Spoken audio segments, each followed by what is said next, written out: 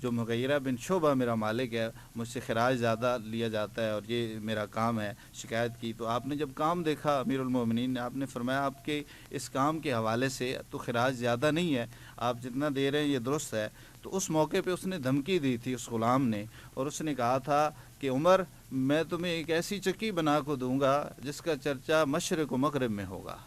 اور اس میں دھمکی کی اس کی طرف، قتل کی طرف جو ہے وہ شہادت کی طرف اشارہ تھا۔ اور حضور نبی کریم صلی اللہ علیہ وسلم نے امیر المومنین کو تو پہلے ہی خوشخبری عطا فرما دی تھی۔ آپ جو ہے جو احد پہاڑ کے اوپر تشریف فرما تھے تو حضور نے احد پہاڑ کو خطاب کرتے ہوئے فرمایا تھا کہ اس بت احد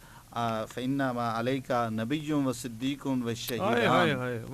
اے پہاڑ تو تھم جا، تجھے نہیں پتا تیرے اوپر ایک اللہ کا نبی ہے، ایک صدیق ہے اور 2 شہید ہے، ایک حضرت عمر بن خطاب رضی اللہ تعالیٰ عنہ، ایک حضرت عثمان غنی رضی اللہ تعالیٰ عنہ۔ تو شہادت کی خوشخبریاں تو یہ تو پہلے سے ہی آپ کو عطا کر دی تھی گی۔ آپ فجر کی نماز باجماعت ادا فرما رہے تھے، مسجد نبوی میں موجود تھے، اور فجر کی اس جماعت کے دوران یہ بدبخت غلام جو ہے یہ آیا اور خنجر سے اس نے کئی وار کیے، جس سے آپ جو ہے وہ شدید جو ہے وہ زخمی ہوئے، اور اس موقع پر جو ہے وہ 3 دن تک جو ہے وہ 26 ذی الحجہ کو آپ کو جو ہے یہ زخم لگے، اور پھر آپ رہے، اور پھر جو ہے 1 محرم الحرام کو آپ کو جو ہے وہ شہادت ہوئی۔ پھر آپ کا جنازہ جو ہے حضرت صہیب رومی رضی اللہ تعالیٰ عنہ نے آپ کا نماز جنازہ پڑھایا، اور تدفین کے حوالے سے بھی بڑی خوبصورت باتیں موجود ہیں کہ آپ نے جو ہے وہ سیدہ عائشہ صدیقہ رضی اللہ تعالیٰ عنہا کی بارگاہ میں اپنے بیٹے کو بھیجا ام المومنین کہ جاؤ اور ان سے جا کر جو ہے اجازت طلب کیجئے کہ میں ساری زندگی اپنے آقا کے ساتھ رہا ہوں، میری یہ خواہش ہے کہ مجھے وہ جگہ عطا فرما دی جائے۔ آپ کا بیٹا، اللہ آپ کا بیٹا اگر اجازت دیں تو سبحان اللہ، اگر اجازت مل گئی تو مجھے دفن کر دینا وہاں پہ، اجازت نہ ملے تو پھر عام قبرستان جنت البقیع میں دفن کر دینا۔ آپ کے بیٹے جب گئے وہاں جا کر بتایا تو ام المومنین سیدہ عائشہ صدیقہ رضی اللہ تعالیٰ عنہ آپ بھی زاروں قطار رونے لگیں کہ عمر جو ہے وہ جگہ تو میں نے اپنے لیے مختص کی تھی، لیکن آج میں عمر کو ترجیح دیتی ہوں۔ آپ نے اجازت فرمائی، پھر آپ کو جو ہے وہ وہاں حضور کے پہلو کے اندر جو ہے وہ دفن کیا گیا۔ حضور میں یہ بات آپ کی قطع کلامی کی معذرت، جب آپ نے فرمایا تھا نا، آپ نے فرمایا کہ اپنے بیٹے کو کہ جا کر عرض کرنا، یہ نہ کہنا کہ امیر المومنین نے کہا، یہ کہنا کہ عمر کہتا تھا، عمر نے کہا ہے، گزارش کی ہے، اگر آپ اجازت دیں تو مجھے دفنا دیا جائے، اگر آپ اجازت نہیں دیں گی تو ہرگز نہیں، بالکل نہیں۔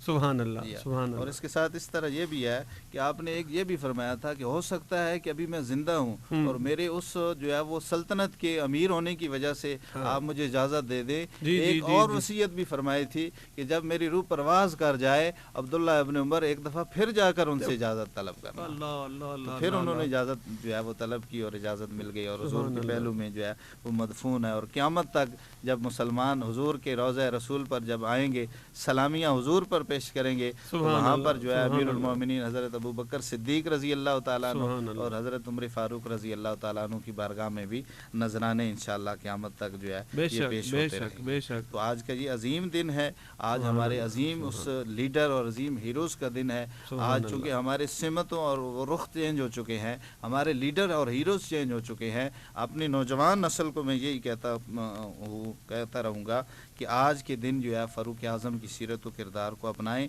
اور ان کی تعلیمات کو دیکھیں، اور اپنے لیڈر اور اپنے ہیروز کو جو ہے اصل ہیروز کو سمجھیں، ان کی شجاعت اور جرأت و بہادری کو سلام پیش کریں۔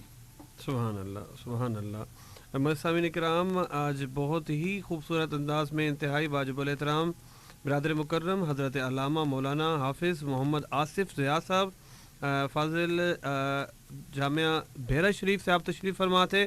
اور بہت ہی پیارے انداز میں آپ نے گفتگو کی۔ یقین جانیے کہ اس سحر انگیز گفتگو میں مجھے ٹائم کا پتہ نہیں چلا کہ 1.5 گھنٹہ کیسے گزرا۔ میں دعا گو ہوں اللہ رب العزت ہم سب کا یہاں پر جو پر بیٹھ کر گفتگو کرنا، آپ کا ذکر خیر کرنا اپنی بارگاہ ناز میں قبول و منظور فرمائے۔ اسی کے صدقے جہاں پر عوام FM 94 خوشاب کی نشریات آپ نے سماعت کی، میرے بیٹے بیٹیاں بہنیں مائیں جو گھروں میں سماعت کر رہی ہیں، اللہ رب العزت تمام کے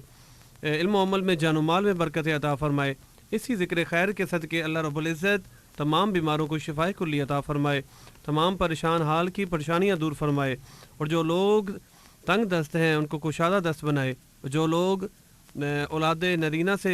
محروم ہیں اللہ رب العزت انہیں اولاد نرینہ عطا فرمائے، اور جو لوگ صاحب اولاد نہیں ہیں اللہ رب العزت ان کو بیٹے اور بیٹیاں عطا فرمائے۔ اللہ رب العزت اس یکم محرم الحرام اور خاص طور پہ آج یوم شہادت سیدنا عمر فاروق رضی اللہ تعالیٰ عنہ کے اس دن کے صدقے اللہ رب العزت ہم سب کے گناہوں کو معاف فرماتے ہوئے معافی والا معاملہ فرمائے، احسان والا فضل والا معاملہ فرمائے، آمین یا رب العالمین۔